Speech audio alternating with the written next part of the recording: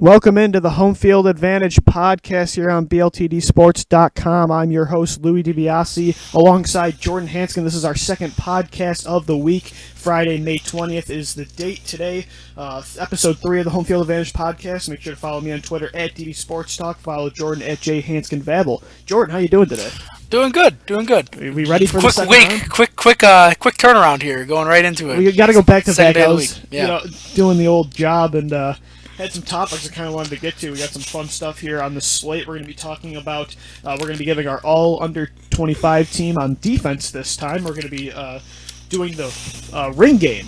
So I'm going to be giving Jordan a quarterback, and he's going to say over under how many rings he gets at the end of his career. What else do we got here? We're going to do who could be the next sleeping giant in the AFC and the NFC, and then we're going to start this new thing where we give a hot take of the day for the show, and then we're also going to give a narrative for the show. So we're going to unveil those later, but we're going to do all of that today. So what I want to kick off with first is just a quick news update, and it's of Jalen Ramsey, the 5th overall pick in the NFL draft, cornerback / safety out of Florida State, the Jaguars' 5th selection, potentially does have a torn meniscus. He's still seeking a second opinion, and surgeries he's weighing could keep him out as long as 4 to 6 months, which would probably take him out for the entire season.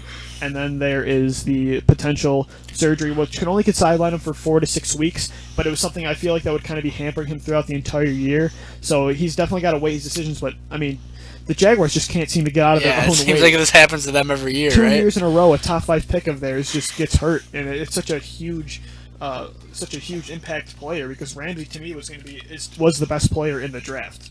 So yeah. It's the Jaguars almost as cursed as Cleveland. I mean, it's tough for them. I think that's a big blow to a team that everyone was thinking of as a dark horse playoff team. Yep. I mean, we were talking about sleeping giants. I mean, Jaguars could easily fit that bill. Yep. And this is just a setback. I mean, in all seriousness though, if a rookie cornerback is the difference between you making the playoffs, in your mind, of you making the playoffs and not, you're probably not a playoff team, in my opinion. True. At least. Yeah, and he is the best secondary prospect that would have come out since Patrick Peterson. He can play both safety and corner.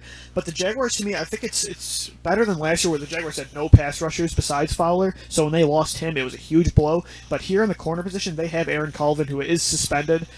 But even with those two guys out, they signed Prince Amukamara in free agency, and they have Devon House, who came over from Green Bay last year. It was pretty solid for them last season. So they still have some depth in the secondary, also bringing in Tayshaun Gibson, the safety from Cleveland. So I still think that it's a lot more optimistic for them compared to last year, where Fowler just totally blew out his knee and was out entirely, and they'll get him back. So I think things are okay with them, as long as, hopefully he gets back during the season, though, because I was excited about his potential. But again, Jaguars just seem to get hampered before the season even starts. I don't know what they're doing at minicamp, but they should probably stop doing whatever it is that they're doing. The football guys just don't like the Jaguars. Yeah. It's just kind of like Cleveland. So what we want to start with first is our second edition of the All Under 25 team. This time we're going defense.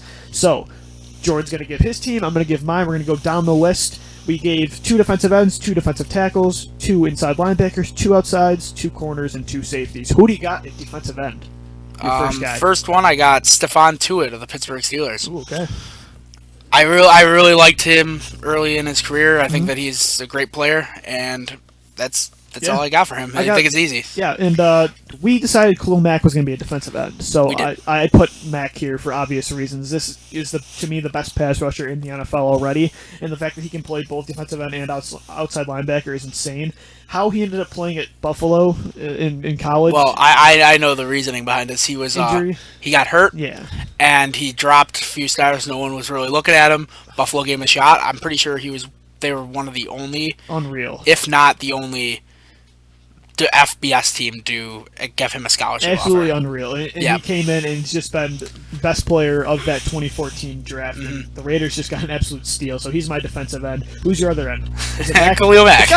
Yeah. And for all the reasons you said and more. This guy's going to be the top an amazing for player. sacks for the next 10 years. I mean, so... My other defensive end was Leonard Williams of the Jets, the 6th overall pick last year, coming out of USC. Again, he was a guy I thought besides Mariota Winston, was the best prospect in that draft.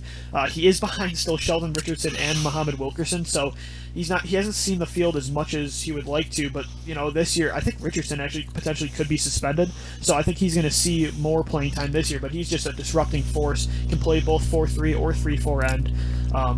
So I like Williams here. Who do you got at defensive tackle? I have I got Aaron Donald of the St. Louis Rams, or the Los Angeles Rams now. I think that he is one of the main forces on their defense. He definitely holds up the middle and is really surprisingly good in pass rush for a defensive tackle, which is normally not asked that often of them. You got Aaron Donald, so... You got Aaron Donald? Yeah. Yeah, sorry. I was just considering... I had Donald as well. My other guy is Kawan Short, the Carolina Panthers guy. A lot of people... He was the second-round pick. Star Latulippe was the first guy. But Short has been better than he has. And like Donald, he has been a disrupting force both in the pass rush and against the run. The guy just absorbs blocks and creates lanes for Kuechly and Thomas Davis. That's why I said, as much as Thomas and Kuechly... are so important to that defense, they benefit greatly off that front seven, and Short to me is the backbone of that defense. So that's my other defensive tackle. Who do you got? I have Sharif Floyd.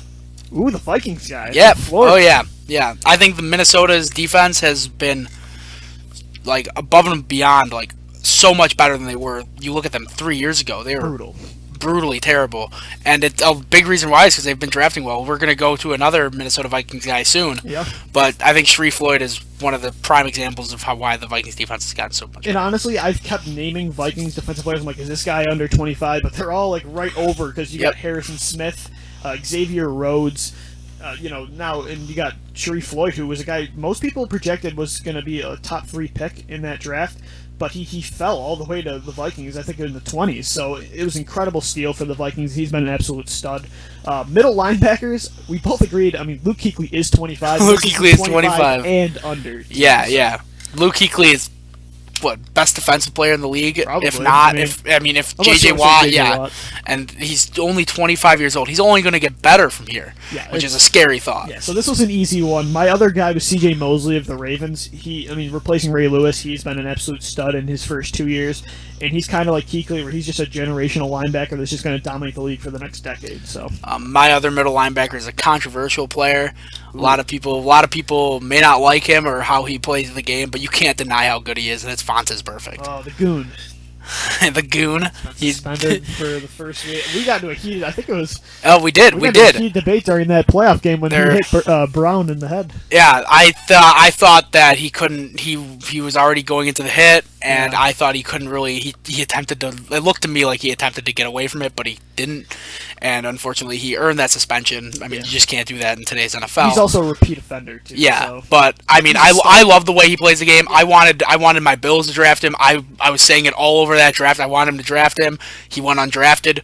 Bengals got an absolute steal as an undrafted free agent for this guy. I mean, his play definitely outweighs the penalties that he takes. He was a guy, honestly, that's like almost in the wrong generation. Like you put him in the 70s, like with that steel curtain he's defense, one of the best defensive players in the league. Yeah, but like that hard-hitting mentality, that like getting him fines over and over again, that's seen as normal, and it's seen as that would put him as one of the best players in the league back in the older days when hits to the head and stuff like that were less strict than they are now. He will need to alter his play a little bit. He's gonna have to. Yeah. Otherwise, these suspensions are just gonna pile up, and they're gonna get more and more games tacked on. And he's no help to them when he's not off the field. No, he's not. So, and sometimes it's just like. Sometimes though, you just realize a player is what he is, and it's just hard to control it once you're on the field and those instincts kicked in. So, I'd be totally happy to have him on my team. Yeah, I mean, I would too. He's one of the best inside linebackers in the NFL, and he's under 25. He's exactly 25 or 25. 25. So, he's one of the best in the NFL. Outside linebackers, we both had Anthony Barr, right? The Vikings we guy. did. Yes. UCLA. He's been an absolute stud too. Yep, no doubt. Minnesota, once again, great pick. Smart drafting, going with the best player available at the time. And it shows on the field. That's why you guys are doing so well. Incredible in pass rush, incredible in coverage. He's just been the backbone to me of that defense. Oh man, another guy I could have said. I just popped in my head because I'm thinking of the Vikings and inside linebackers Eric Kendricks, their second-round pick last year, who led the team in tackles. He's been a stud. But again, the Vikings, and who I'll talk about in a little bit, have just really nailed a lot of these picks on defense. My other outside linebacker is Preston Smith from the Redskins, a guy that came out of Louisville a few years back. He has been an absolute stud going. Yes, he does benefit from Ryan Kerrigan being on the other side, but man, the length and the speed that he has, it's hard to teach. Who's your other outside linebacker? I cheated a little bit on this one. Yeah. Because he's technically listed as a safety, but you see how this defense operates, and you see where he lines up most of the play, and he's essentially a linebacker, and it's Deion Buchanan, the Arizona Cardinals. I love the way their defense is set up, where he can essentially just be like what we would call it when we played football is the monster back. Okay. Where he's just a guy that he's essentially just roves around and just wreaks havoc around the defense, around the middle of the field. And I think Deion Buchanan is a perfect player for that. He's super fast, and he has surprising amount of strength for how undersized he is at the linebacker. I say linebacker hesitantly, but linebacker position. I love Deion Buchanan. You're seeing teams almost try to do exactly what Arizona's doing by getting that player that can play both linebacker and safety. You saw the Redskins do it this year in the second round. They took Sua Cravens of USC as a guy that plays both linebacker and safety. So a lot of people are seeing what they're doing with Buchanan. They're like, we got to get a versatile player like that as well. So a really good pick. Corners, who do you got for your first corner? First corner is Marcus Peters, Kansas City. I thought he was amazing. I hated it because the other cornerback that I picked was constantly getting overshadowed by how good Marcus Peters was. Yeah. But he's an easy selection. He was so good last year in his rookie season. And he fell down the boards last year out of Washington because of a lot of the character concerns. He didn't get along with the new coaching regime, but quickly, you're seeing a lot of these guys, and another player I'll talk about in a second. You're seeing a lot of these guys that have character concerns coming out of the draft, and when they're just put in the right situation, it just goes away, and then they just absolutely ball out, and that's what Marcus Peters did last year. And he overshadowed who? He overshadowed, in my opinion, Ronald Darby, one of the Buffalo Bills. Another player that he was getting overshadowed in the draft, not by character issues, but more by people saying that he had lack of ball skills or he's just too small. Right. He's never going to fix the height, but he plays in a big way, and he's very aggressive as a cornerback, and I love the way he plays. And his first game, he was playing against the Colts, and Andrew Luck threw pretty weak ball, but you saw Darby just cut in front of the receiver and just steal it on a bomb. And when I said lack of ball skills, I don't see that at all. He's a great player. A lot of scouts and GMs are nervous about that lack of ball skills, and that's why Mackenzie Alexander this year dropped so far in the draft, and why the Vikings scooped him up in the third round, because they want the ball hawking type of corner like Marcus Peters is. So I like the Darby pick. The other guy I had was Jalen Ramsey, because I said earlier, he is to me the best secondary prospect coming out of the draft since Patrick Peterson was. He can play all over the field. He's a guy that, honestly, he has the size. He could almost be a Deion Buchanan type role, too. He can play linebacker, safety, or corner. Depending on where Jacksonville puts him, he's going to be an absolute stud. He's just got to get healthy. And to me, he's going to be one of the best young secondary players in the NFL. Who's your safety? Honey Badger. Honey Badger. Of course. I mean, you can't deny it. He's 24 years old. How did that man go in the third round? It's unreal. It's he smoked marijuana. That's the only reason why. Yeah, and it's ridiculous, isn't it? You see the NFL just blow picks because guys are doing something that's illegal in 2 states now. Yeah. Yeah, I think it doesn't make sense. They should know, in fairness, that the NFL doesn't allow it, so be smart about it and don't get in trouble. Rules, so. Tyrann Mathieu has he gotten suspended for anything? Yeah. He's been a prolific star for Arizona. Yeah. And he has been almost the poster child for Arizona taking more risks, and that's why they went out and got Robert Nkemdiche in the first round this year, because you put a guy like Mathieu in that type of situation, like Marcus Peters was in Kansas City, and they thrive. And, Patrick Peterson was a guy that he really looked up to, and coming in, it's only helped him. And Mathieu is another guy. I think the trend in this all under 25 team is versatility, because Mathieu plays in the slot a lot. He can play on the outside. And for his size, he plays a lot bigger than how tall he really is. So absolutely ridiculous that he fell all the way to the third round. And he's never gotten in trouble so far. And that was my first safety. Who's your second guy? Clinton Dix of the Green Bay Packers. I think he's just another great player. He does everything well. I've always thought of him as a hard hitting safety. Yeah, he's a bigger guy. Yeah. At Alabama, he was just dominant. You always saw him on the field, and you're like, who's that guy with the funny name running around? Just tackling everybody. And then you find out his first name's Haha, too, and it's like, oh my gosh, this guy's great. Gotta love it. My second guy was Kenny Vaccaro. Another hard-hitting, undersized safety, but for the Saints, he's been really one of the only bright spots in that defense, which has kind of been a joke for the past 3 years under Rob Ryan, who's now in Buffalo. Your guys joining up with Rex here.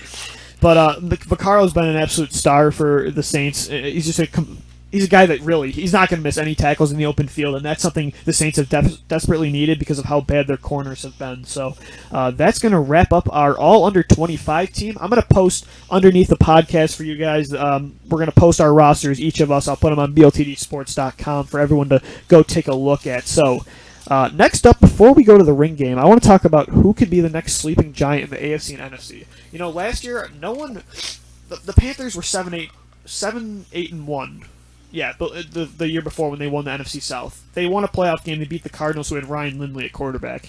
But no one was really expecting them to go 15-1 and Cam Newton to have the year like he did. And we're going to each give an AFC and NFC team. In the AFC, who is a team that could just absolutely take the league by storm and just someone you just do not expect and just almost roll through the league? I think we were talking about this team a little bit earlier with their selection of Khalil Mack, and it's got to be the Oakland Raiders. Okay. You see and I don't know how long they're going to be in Oakland for. We'll see where that goes. Vegas Raiders. Vegas Raiders, San Antonio Raiders I was hearing about. I like Vegas better.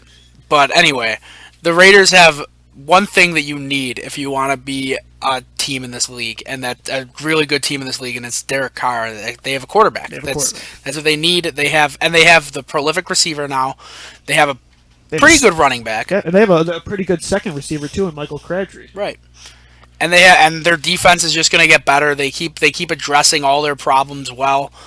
It's all about drafting well, and the Raiders have done that. Yeah, I picked the Jaguars in the AFC because just like the Raiders, they have a quarterback in Bortles who last year had 35 touchdowns. You look at it, and the Raiders have two receivers, Amari Cooper and Michael Crabtree. The Jaguars have both Allen Hurns and Allen Robinson, who had over 1,000 yards and double-digit touchdowns. They add Chris Ivory in the free agency. You go put him along with T.J. Yeldon, and then on defense, all of the star picks that they got. You know, they picked up Malik Jackson in free agency. They picked up Prince Amukamara, Tayshaun Gibson.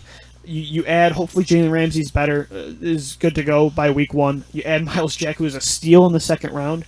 It just seems like it's almost impossible for Gus Bradley to fail with the young roster they have. And I feel like in a weak AFC South, you don't know what the Colts are going to be without if Andrew Luck has injury problems again, they could be a 6-10, 5-11 team. You never know what in a weak division with a team that has a quarterback like Jacksonville does. Honestly, I would not be surprised if they won the division and made a run in the playoffs.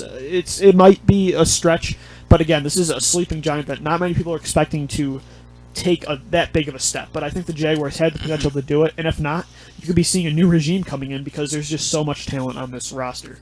Who is a sleeping giant that you have in the NFC? I really struggled with the NFC. Yeah, but most of the big-time guys are going to be staying there for a while. Yep, but I really like the trend that Atlanta has. I don't think they're necessarily going to overtake the Panthers immediately, but as long as their issue is Matt Ryan and how he plays in the red zone. He really struggles. He turns the ball over in the red zone. You cannot get to the inside the 20 and then throw the ball away and just give it up. I think Atlanta found out that they have a running back. They haven't had a running back in a long time. They have two good ones. Yeah, they got Tevin Coleman too. They do. And I mean, I think Devonta Freeman has definitely earned that starting job. Yes. But I think that they have figured out that, and they finally addressed pass rush with Beasley, who had a pretty good year for them. Mm-hmm. I really like the trend that they're going. And they also got Courtney Upshaw in free agency. They're making some nice moves up. The team I picked, though, and this is a team that you know and everyone that I talk to knows I'm a big fan of. My allegiance is to the Eagles, but the Vikings is a team that I really think is doing it the right way.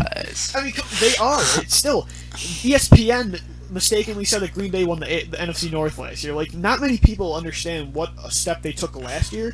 And this year with Bridgewater just in his third year, hopefully he takes the next step. But adding Laquan Treadwell, it makes that offense so dynamic. It really does. And I just think, like we were talking about how great they've done in the draft in the past 5 years and building up that defense to be a juggernaut.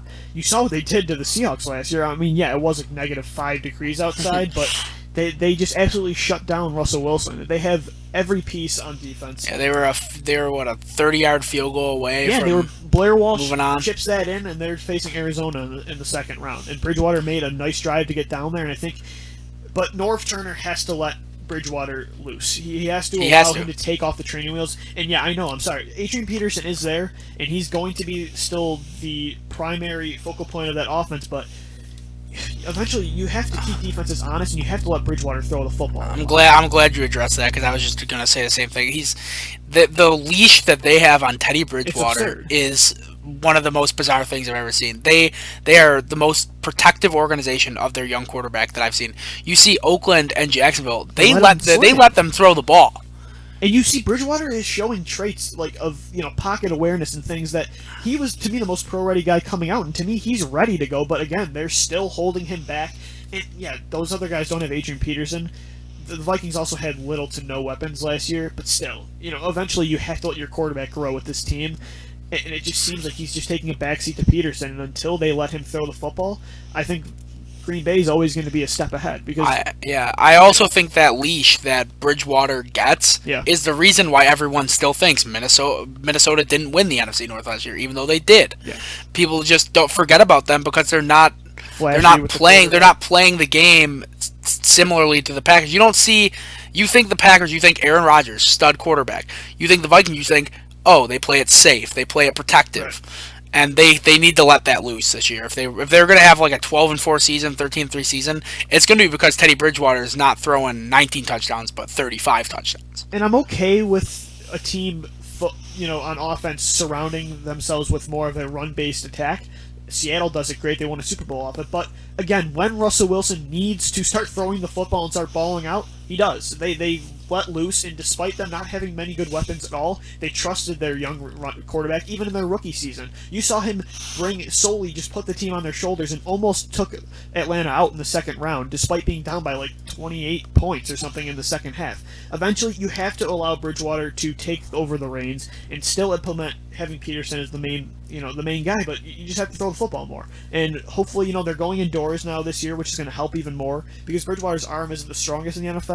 He's more of a guy that's built on accuracy and timing and touch, but they have to do that, and if they do, to me, this could be a 12-13 win team. I'm not joking. What they did to Rodgers Week 17 last year, and what they did to the league last year on defense, it's impressive. And if they just add that dynamic on offense, this could be a team, and I'm fully serious here, I think they could win the NFC this year if they take that step. But it is a big step, but they could be a sleeping giant of the league. All right, it's time. It's time. Oh no, for the QB ring game. I'm gonna go. All right, so what I'm let me get some more enthusiasm in this. You got it. I'm gonna give. Let's see. I'm gonna give you 10 quarterbacks. Oh boy. I'm going to throw at you at the end of the year. No, at the end of their career. Oops. Who has the... Well, how many rings do they have at the end of their career? I'm going to give you an over-under. So I'll throw you like 2, and then you decide. And then I'll give mine as well. So let's start it off. Give me the halves. Say 2.5. So I can choose between 3 or 2. Agreed. All right. The first guy I'm going to go with is Andrew Luck. Over under 1.5 rings. Under. Under? I think under. I don't think the Colts win twice. No? No. I mean, he's only in... They haven't done it yet. I think the Colts are one of the worst drafting teams ever. Yeah, they're pretty bad. So I just always envision the Colts the same way. If Andrew Luck is in, Andrew Luck plays well, they go 11-5 and lose in the second round. Okay. That's what I envision the Colts to be. And if Andrew Luck is hurt, they don't make the playoffs. That's the Colts. I think they're under. All right, I'll give you 5 quarterbacks in the AFC and 5 in the AFC. NFC and AFC. We'll do it that way. So there's 1 quarterback in the AFC. I like this one. Derek Carr. Over under 2.5 rings. That's a lot. Under. That's just too many. I think he could get 2. I think Derek Carr could get 2. I think that the Raiders are a much more... I'm more comfortable with how the Raiders franchise is going than with the Colts. I'm not saying that he's better than Andrew Luck. I just think he's in a better situation than Andrew Luck. Okay. I'm going to give you an older guy now. a player that already has 2 rings. By the end of his career, Ben Roethlisberger. I'll go 3.5. Does he get another one? Does he get more than that? I'm gonna say under. Yeah? I think he could get 1 more, but I don't think he's gonna get 2 more. I mean, that offense is dynamic, though. If Yeah, that defense comes along. I mean, how many more years is he gonna have to deal with Tom? I mean, what's Brady now? 39? I think Brady could play for 5 to 7 more years. Sure. He hasn't even been able to get to Tom though in the playoffs. So No, I yeah. can see your point. Yeah, he couldn't even. I get mean, through Tom's always gonna be there. Denver for the short term is probably gonna be around there. I mean, their defense is amazing. But we'll move on. I mean, how do you feel about Roethlisberger? I think he gets over. You think he wins 2 more? I think Pittsburgh Two has more? become a powerhouse. If they have battled injuries time and time again, they cannot get their offense fully healthy. And I think Roethlisberger to me still has 5 good years in him. Roethlisberger wins 2 more Super Bowls. Yeah. Where does he rank among all-time quarterbacks? Let's see, how many would he have? 4? He'd have 4. I think Gotta he's be top top 5. I think he's top If 5. he wins 2 more, he's top. He's 5. still behind Brady and Montana. Then I start thinking I put him over Roethlisberger. Peyton, and it's not even close. Yeah, I think Peyton's regular season numbers were amazing. Yeah, but he's got 2. Okay, yeah, this is the debate Like about what's how much, I mean, this is just a quarterback how much do we debate. put into account of rings? But four how Super Bowl important are Roethlisberger. Oh my, first ballot Hall of Famer. Yeah. Four ring Roethlisberger. Is 4-ring Roethlisberger better than 4-ring Montana? I mean, why wouldn't he? Nah. Oh my gosh, I don't know. I mean, this is a hypothetical super It is, Roethlisberger yeah, it's we're very thinking of. hypothetical, But wow. All right, so we did Ben Roethlisberger, Derek Carr, and Andrew Luck. All right, I'm gonna give you Andy Dalton over under 1.5. 1.5? Yeah. Under. But he gets 1. Okay. Yeah, Andy I Dalton should switch gets it to one. half. But Andy Dalton gets 1. you think Andy Dalton gets one? I think they win 1. I don't know. Their window's starting to their window. When is that window going to close? Because that team's still young. They are. That's the. Good But can they keep them all? I mean, it could be a thing like. I think they're Seattle, gonna. I think Cincinnati is eventually going to be cap pressed. Yeah, It's got to happen sometime, right? Denver just hit it. that's true. But do they get one before that happens? I think they have a very good chance this year. I don't know. I mean, yeah, they very well could. I'm gonna say, I don't think he gets one. No, No, never gets one. So I'll change it to over under half. I say under. Poor Andy. I don't think it happens. One more in the AFC. Bortles. Blake Bortles. Bortles. How Over under many? Half. Does he get one? No. No way. I mean, you gotta look at it this way though too. These guys are only coming into their like. I'm just second and thinking. third I year. just don't see Jacksonville ever. But what happens when Brady's gone? And, I like, just don't see Jacksonville winning what happens things. when Brady's gone in a few years and Big Ben's gone? Like, Peyton's already out. We of don't. the Yeah, but picture, the so other thing eventually you someone's gotta can win that talk AFC. about is who's going to be coming up. Who's in the college ranks right now? Is there a Yeah, guy? Bortles Is there a already guy that's here. just going to pop up? You know, like you say, like But then when you could when just- well, Tom that guy's Brady's gotta go gone. through Bortles, just like Bortles has got to go through Brady. Though. Who knows? What if Cardell Jones becomes amazing? Oh, Who knows? don't Like give me that. I Don't mean, give me like that. I mean, Over under what are we half doing the here? Cardell What are we Jones. doing You here? can I tell think Cardell Jones I to just win. don't see the Jaguars winning a game, winning the Super Bowl. You got to get out of your way. Like once those guys are gone, though, Jacksonville is big. You're too. I like the Raiders more than Jacksonville. Okay, yeah, that makes. I got you. I got you. So I gave Derek Carr what 2? Yeah. So the Derek Carr Bortles rivalry, the Raiders have the upper hand. All right. I like their coaching better. If I had to pick those two in like a AFC Championship You like game, the I Raiders like coaching? Del Rio better. Over Gus Bradley. Yeah, All right. I got you. I like old Jags more new Jags. Let's move on to the NFC. Oh no, Yeah. Teddy Two Gloves Teddy Bridgewater over under 1.5. under. I think this could be a dynasty. Under. I'm not joking. I don't. You think he gets one? I think he gets one. I think Alright. Minnesota will win one. So he wins a ring. Well, maybe he won somewhere else. Ooh. No, I think he wins one in Minnesota. He's had enough of Adrian Peterson. I think their window is going to be not this year. I think it's next year for like 3 years. Yeah. I think this year they make a step. Because most of the I think guys this will year be they in win rookie they win a game in the playoffs. In the They playoffs? win one, and then they lose to a Seattle Yeah, or something. because they're gonna eventually. Or in Arizona. Okay. But I think next year, if Bridgewater can make that step, that team could be in that. I could see them winning 1-2. So it was tough for me, but it was a slight under. Okay. 1.5. I say you get to at least 2. Okay. I think that team is a force to be reckoned with. Let's see. Cam Newton, over under 1.5. I like that 1.5 mark because it's real hard to get that first one. But once you get that first one, really? Yep. I guess I'm too optimistic. I think I'm too optimistic. I think that their season. I think we talked about it on the radio earlier this week. Where, yeah. I think Derek, one of our Derek Kramer, co-hosts. Yeah, he was. Also, he's a writer for BLTD Sports. So. Yeah, I think Derek made a good point, and he's like that Panther season. That is the perfect storm of awesome. But that's 15 wins, though. I mean, even if you knock off, I know, wins, but they're still 11-5. Do they have that same swagger when they're 11-5? I think they do. They have it? They had it when they were 7-8-1. Cam Newton's always. Do they have it without Norman? How good are they going to be without Norman? I think they're going to be fine, and they're adding Kelvin Benjamin back. Honestly, I think Norman benefited so much off that front seven, and they run a zone defense anyway that their corners are going to benefit greatly. I think they're going to be fine. I'm not a huge fan of their line. Their defensive line? Their offensive line. They don't. It's fine. It's fine. It's enough for what Cam does. It got exploited in the Super Bowl. But so did every offensive line from Denver that year. I mean, come on. That's what I'm saying. But to be the best, you have to beat the best. And if they can't beat those guys, I mean, it was a one time. With Peyton being terrible. I don't think Denver will be back though. I don't think they have to deal with them anymore. There was always going to be someone. Whoever makes the Super Bowl normally has a good pass rush. That's true. I mean, Carolina. I think I want it. Yeah, but the point is, Carolina doesn't have the line. But he had eventually those receivers got locked down. Now you had Kelvin Benjamin back, and I think eventually they'll add a tackle. I think Cam Newton gets at least one. I think he definitely gets one. I think that for his sake, I hope you're right, but I just don't see it. I just don't think you like Cam Newton. That's not true. That's not true. I don't like their line. I like Cam Newton. I just don't like seeing Cam Newton on his back a lot. Yeah. Okay. So we did Teddy Bridgewater and Cam Newton. Who else should I do? We could pick an older guy. You know what? I'll give you one. Aaron Rodgers. He's got one.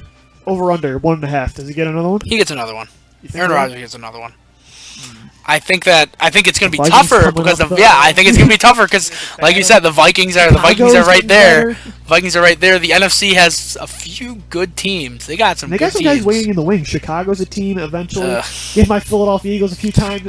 Who's playing quarter? Eventually Chicago? Who plays quarterback? Chicago needs a quarterback. If they had a good quarterback, if they drafted one a few years in this 3-year span, I would say that this is a sleeping giant, honestly, because their roster is impressive. It's what John Fox has done with that team is good. So you think no for Aaron Rodgers getting another? I don't think he gets another one. I really don't. He hasn't been that impressive in the playoffs, and that's something that no one calls him out on. Like, he really. Yeah, people are far too nice to Aaron Rodgers. I think he hasn't been back since 2010. And you spoke of it once. Yeah, you spoke of it earlier. People are far too tough on far too easy on Aaron Rodgers, and far too tough on Cam. That's true. Because their problem in the Super Bowl. I don't think was Cam. Like, it was the line and the fact that Denver's defense was just amazing. Right. Like, he had really no chance to do anything. Why they're too easy on Aaron Rodgers is because he's a classic quarterback he also doesn't have a ton of weapons. Yeah. Okay. Yeah. He makes his weapons. But he's not a guy that's a pain in the rear end to the media. He's a traditional quarterback. I think race does have a little bit to do with it, and I think that people are just too hard on Cam, and they're too easy with Aaron Rodgers. So I don't think he gets one. I really don't. All right. Ouch. Jameis Winston, over under half. Does he get one? I think he does.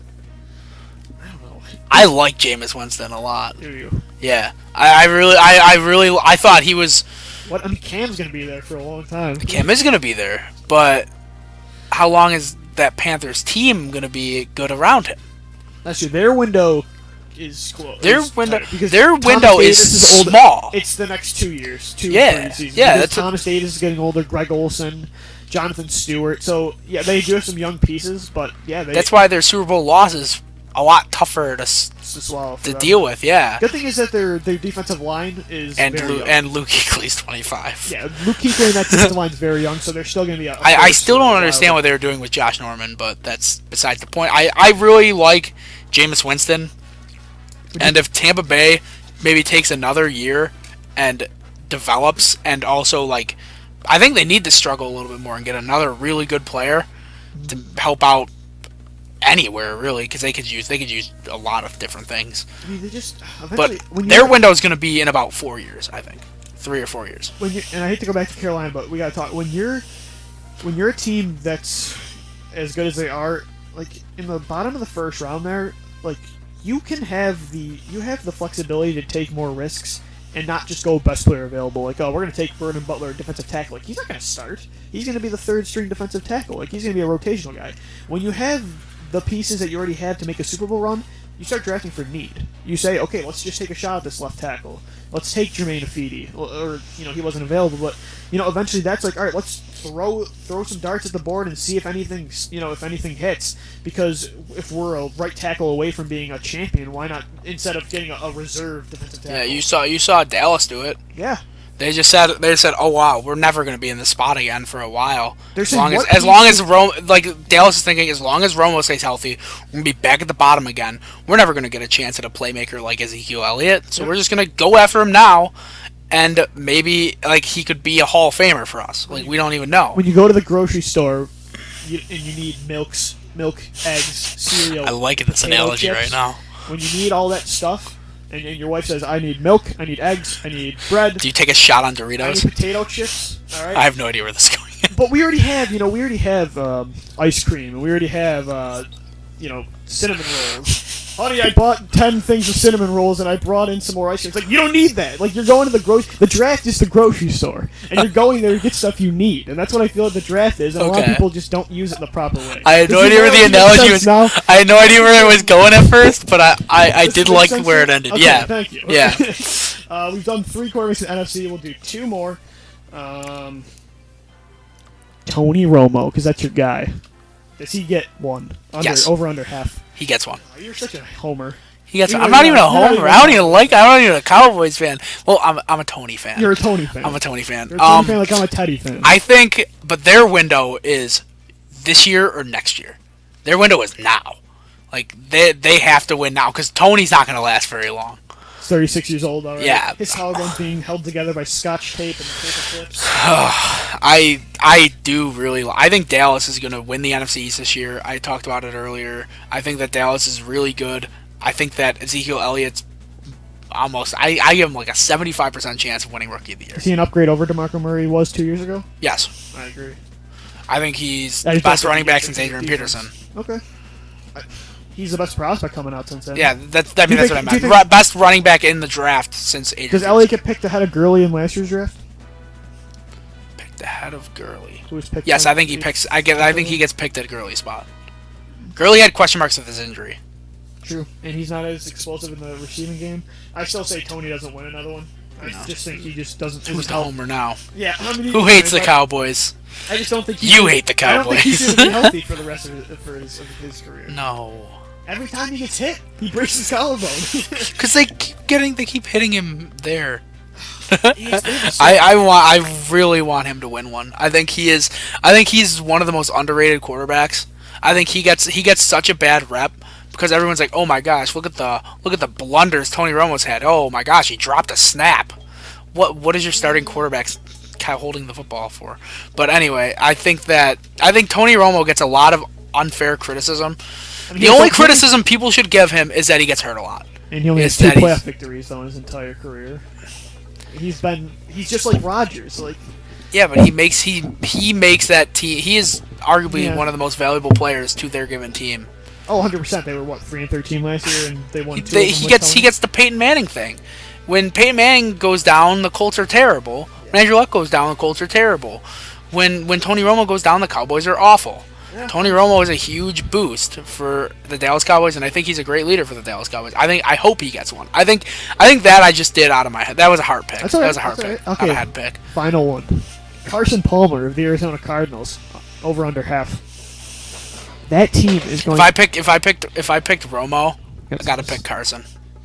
Yeah, Palmer. Right. I gotta. I'm picking for the same reason. Right. Their team is good. Their window's narrow, especially for Carson Palmer. He is also 36 years old. Tony Romo and Carson Palmer are very similar in their regard. Their teams are both very good with them in the lineup. Mm-hmm. Carson Palmer, though, he looked really bad in that Panthers game. Some people just might not come. He just might never come back from that. I mean, he says he's obsessed with winning a championship this year. I do think he gets one because I think with the addition of Chandler Jones, I think they're the favorite to win the NFC this year. And without Peyton, well, I'm not gonna say without Peyton Manning, but without really a real option at quarterback for Denver, I think that they could take advantage this season. So I think Arizona wins one in the next 2 years. So I think it gets at least one. The thing, though, about the Chandler Jones thing is how many times do you see a New England Patriots player leave the Patriots and be a star for their new team? I think the Patriots know something about him. Good point. I don't think they know something about him. I just think they don't want to pay. Patriots do everything for a reason. Yeah, they do. They saw how much the Giants paid Olivier Vernon, and they're like, oh, no way in hell we're giving Chandler Jones twice that amount of money next year. That's why. Because the Patriots are going to refuse. They're not going to let him cash in. Best thing for Chandler Jones he's playing with. He's being coached by a great coach. Absolutely. And he's a guy. He showed up at a police office last year after smoking marijuana or something. I don't know what I think he showed up nude at a police office. Okay. So, yeah. He's got some character concerns as well, but he's in a great situation. And you just add that pass rush and Ndamukong, I think Carson Palmer gets at least one. I really do. It's Carson Palmer. Yeah. He's one of the most tragic playoff quarterbacks. They gotta rely more on David Johnson this year too, I think. I think that they threw way more than they needed to, because they got down early in that NFC title game, and the Panthers just pounded them into the ground the entire game. So they got to rely on Johnson more this year, but you got Larry Fitzgerald, Michael Floyd, and John Brown. The opportunity is now, and I think Palmer does seize it at least once. So that'll wrap up the QB game. Narrative of the day. My narrative of the day? I'm gonna make a sound drop for the show for next week. Oh, I'm excited. But right now, we're both going to give a stupid narrative that players and coaches give during press conferences. Okay. Give me yours. Okay. My theme for narrative and hot take of the day are pretty similar. They involve backup young quarterbacks and veteran starters. Okay. And first one is that starting quarterback is my mentor. That's just a nonsense narrative to me. I think that guy's your competition. That guy's your number one competition. Like, you're a rookie, you come in and you see Geno Smith up there. Christian Hackenberg's not saying, man, that guy's my mentor. I'm really following everything that he's doing. I'm really learning the way. I don't think Wentz actually likes Bradford. Yeah. I'm really learning the ways of the NFL from him. No, you're trying to take his job any chance you get. He throws a 10-yard out, you're trying to throw a better 10-yard out. Yep. He throws an incomplete pass, you seize the opportunity to throw a completion. Don't give me that quarterback is my mentor thing. Quarterback is your number one target. Was Brett Favre Aaron Rodgers' mentor? I don't think so. No, Brett Favre did not probably resented the heck out of Aaron Rodgers. He hated that pick, and he balled out for 4 or 5 years until he just eventually couldn't. Bradford was the only quarterback that had the guts to say that he was pissed about it. That's true. I mean, he kind of made more of it, though, demanding a trade. I mean, Brett Favre didn't demand a trade. He did. He just led the Packers to an NFC and then he retired, and then became a Jet. Oh, no, then he got traded. And then he retired, and then he became a Viking. Then he retired, and then now he does jeans commercials. Yeah, now he's just a jeans guy. So what's your narrative? All right, I actually changed mine. I'm gonna give my other one next week. This week is he's the first one in and the last one out. I hate that. I absolutely hate it because you know what I imagine. My favorite was they said Jameis Winston, first one in, last one out. Oh.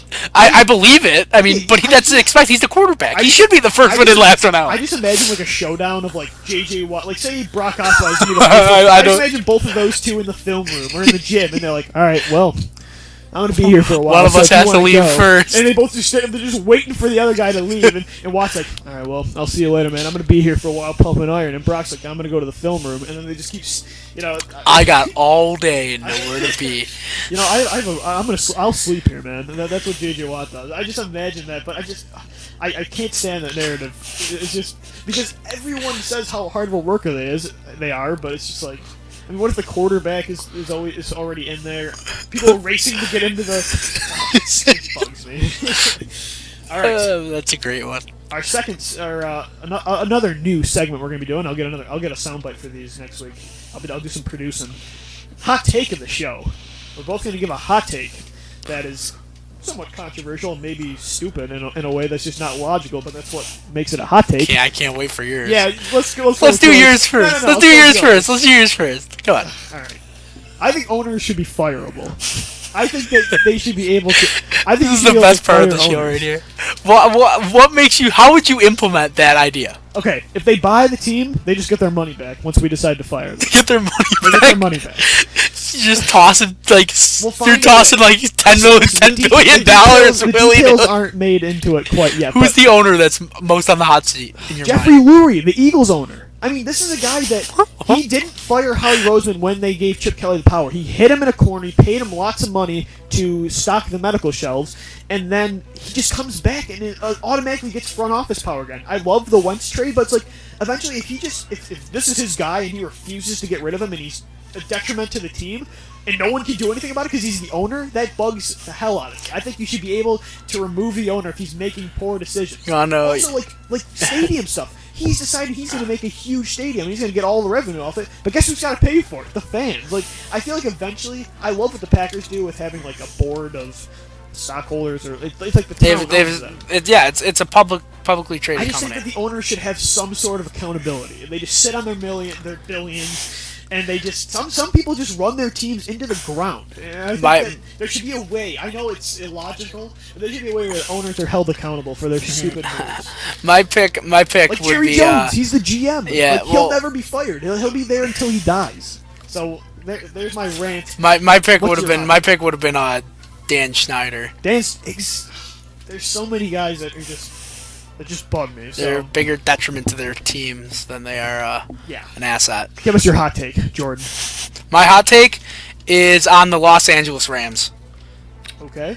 Don't start Jared Goff. I like that you didn't say St. Louis. You caught Yeah. me. Yeah, you got Please don't start Jared Goff. Why not? LA. It's just you guys are trying so hard to appeal to Tinseltown They have Hard Knocks coming this year, you're too. trading up for the quarterback. Trading up for the quarterback is fine. I get it. You want your guy. Get your guy. Get the Cali guy. Don't throw him to the dogs when you have no receivers. Pharaoh Cooper. Don't do this. Don't do this to your quarterback. You have it. You did it all right. You did it all good. Everything is perfect. St. Louis is gone. LA, you have your Cali guy. Deal with Case Keenum for a year. Deal with Case Keenum until you get your receivers. Please, Los Angeles Rams, don't do this to your rookie. I've seen it too many times before. I've seen it to happen to so many quarterbacks. I've seen it happen to EJ, JP Lawson. I'm a Bills fan. I've seen this too many times Man, the to let mood it just happen to went somebody down else. I've been tired of it. I'm tired of seeing these young rookie quarterbacks, and they're like, where'd that guy go? Well, the Rams played him immediately, and he got hit 50 times a game, and then he had no one to throw to, and threw 30 picks. Jared Goff was a bust. No, the Rams were stupid. Jared Goff was not a bust. Jared Goff was put in a situation to fail. So are you? Don't start Jared Goff. So are you? Is it so? Blaine Gabbert wasn't at fault in Jacksonville? I think the Jacksonville was one at fault for drafting him so high, Yeah, and true. 'Cause he two came at out fault. of nowhere. I think you look at a lot of these quarterbacks. JP Losman had all the talent in the world. Right. JP Losman had a crazy arm. He was fast, but the Bills threw him in far too early, and it came back and bit him, and they were done. And he was done, and it set the Bills franchise back 5 years. The pressure to win now is killing quarterbacks even more. And I just think that the whole situation. I think Goff is going to be a very good quarterback in the NFL, but the whole situation just doesn't mix well in LA because they're trying to sell tickets. He's a Cali guy. They got Hard Knocks coming. You need a face of the franchise. It's not Case Keenum, but at the same time, this is a front office. Les Snead and Jeff Fisher. They're trying to keep their jobs. They've been 7-9 for like 3 straight years, and They're they've been thinking in the with playoffs. their wallets. Okay, They're thinking It's not just tickets. that, though, but they're also thinking they're desperate to save their jobs and they need a quarterback, so they paid the farm to get a rookie though coming in, but they don't have the right situation for a rookie to come in and thrive because they have Todd Gurley and a strong offensive line, but you have nobody to throw the football to, and it's not. I agree with you. I think it's going to be bad. I don't think it's going to work. I think the Eagles are doing it right and the Rams are doing it wrong. I think that's Some it. So you can just tell, like Russell Wilson came in and he won the job. Russell Wilson is the type of guy. Russell Wilson's a different type of quarterback. Well, Winston did it Goff last year. Goff's a Mariota- pocket passer. I'm agreeing with you, but yeah, I mean, he Winston relies was a so pocket much on his passer arm. last year, though. Yeah, I'm just saying, like, there's some quarterbacks that are pro ready, but there's some that they're on the brink of that, but they're also just put in a situation where they're not going to thrive. And I think. But yeah, and you've heard that about quarterbacks like Winston. Winston was pro ready. Yeah. Mariota was pro ready. Both Goff and Wentz, everyone says they should take a year. And the Rams aren't doing it. The Eagles are. Wentz will probably end up being better than Goff. And I'm not even sure it's because Wentz is better than Goff, if that makes sense. No, I understand. Wentz will be better than Goff because his organization handled him better. Again, yeah, it's not just about the player. It's about the situation. It's about how the organization handles it. So that was your hot takes of the day. I think that's all we got for the third episode of the Home Field Advantage podcast.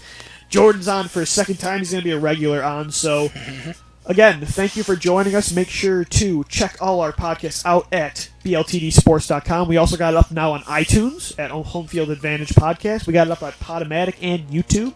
So you can find the show in a lot of different venues. Follow me on Twitter at DBSportsTalk. I talk all football, all sports. You can see my NFL writings on bltdsports.com. Jordan, where can they find your stuff? They can find my stuff at Vail.com, and they can find me at jhanskinvail. I know we did that already, but just thought I'd repeat it. Just keep it going. Maybe with a follow. We got to advertise our stuff. Get it going. But, that's going to do it for the third episode. We're going to be doing it every Wednesday and Friday, so we'll be back next Wednesday with our fourth edition. That's going to do it for the Home Field Advantage podcast. Thank you for joining us, and make sure you tune in next time.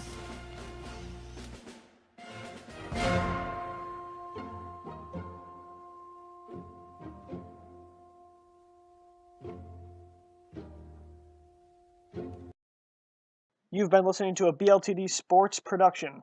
For more great podcasts and articles, log on to bltdsports.com or follow us at BLTD Sports.